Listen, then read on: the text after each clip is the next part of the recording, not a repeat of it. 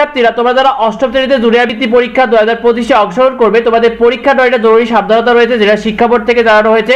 যে বিষয়গুলো না পড়লে তোমরা সমস্যায় পড়বে। শিক্ষার্থীরা তোমাদেরকে জানিয়ে দিই, জুনিয়র বৃত্তি পরীক্ষায় তোমাদের 9টি জরুরি সাবধানতা রয়েছে। এক নম্বর হলো, তোমাদের জুনিয়র বৃত্তি পরীক্ষার প্রশ্নের উপর কোনো প্রকার কোনো দাগ অথবা কিছু লেখা যাবে না।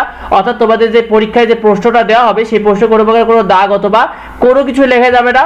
তুমি রাফ করতে চাইলে তোমার খাতায় যেটা দেওয়া হবে সেটা শেষ পিঠে তুমি কিন্তু রাফ করবে শিক্ষার্থীরা। 2 নম্বর হলো, নিজের স্কুল ড্রেস পরে কিন্তু পরীক্ষায় উপস্থিত হতে হবে, অন্য কোনো পোশাক পরা যাবে না। তবে সেক্ষেত্রে শীতের সময় তুমি জ্যাকেট পরতে পারো, সে সাথে যারা বোরখা পরে তারা বোরখা পরতে পারবে, চাদর ইউজ করতে পারবে। তবে তোমাদেরকে অবশ্যই স্কুল ড্রেসটা পরতে হবে শিক্ষার্থীরা।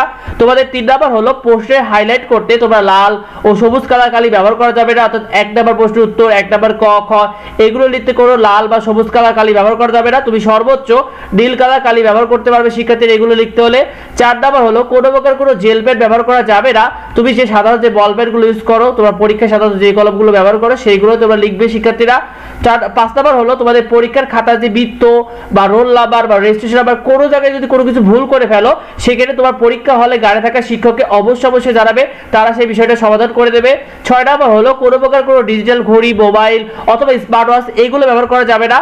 অ্যানালগ যে কাটাওয়ালা ঘড়িগুলো রয়েছে শিক্ষার্থীরা সেইগুলো ব্যবহার করতে পারবে তোমরা শিক্ষার্থীরা। 7 নম্বর হলো, পরীক্ষার হলে তোমাদেরকে 9:30-এর মধ্যে প্রবেশ করতে হবে। 9:30-এর মধ্যে পরীক্ষার হলে, 9:30-এর পরে যারা পরীক্ষা হলে প্রবেশ করবে তাদের নাম কিন্তু বোর্ডে পাঠানো হবে। সুতরাং তোমরা অবশ্যই 9:30-এর আগেই পরীক্ষা হলে প্রবেশ করবে শিক্ষার্থীরা। 8 নম্বর হলো, তোমাদের সাধারণ সাইন্টিফিক ক্যালকুলেটর এফএক্স 100 mAh দেওয়া যাবে, তবে যেগুলো নট প্রোগ্রামেবল। এছাড়া অন্য কোনো ক্যালকুলেটর ইউজ করা যাবে না শিক্ষার্থীরা। পরীক্ষা হলে কোনো প্রকার কোনো হার্ডবোর্ড ব্যবহার করা যাবে না। অর্থাৎ পরীক্ষার যে বোর্ডগুলো তোমরা ব্যবহার করো সেই বোর্ডগুলো কিন্তু ব্যবহার করা যাবে না শিক্ষার্থীরা। এই বিষয়টি অনেকে জানে, তাই বেশি ভিডিওটা বন্ধুদেরকে শেয়ার করে দেওয়া যেতে পারে। তোমাদের এই সম্পর্কিত যদি কোনো প্রশ্ন থাকে অবশ্যই ভিডিওতে কমেন্ট করে তোমাদের যাবতীয় কনফিউশন দূর করা হবে। আর আমাদের চ্যানেলে তোমরা ফ্রি সাজেশন এবং শিটগুলো পেয়ে যাবে, সেগুলো সাবস্ক্রাইব করে রাখো।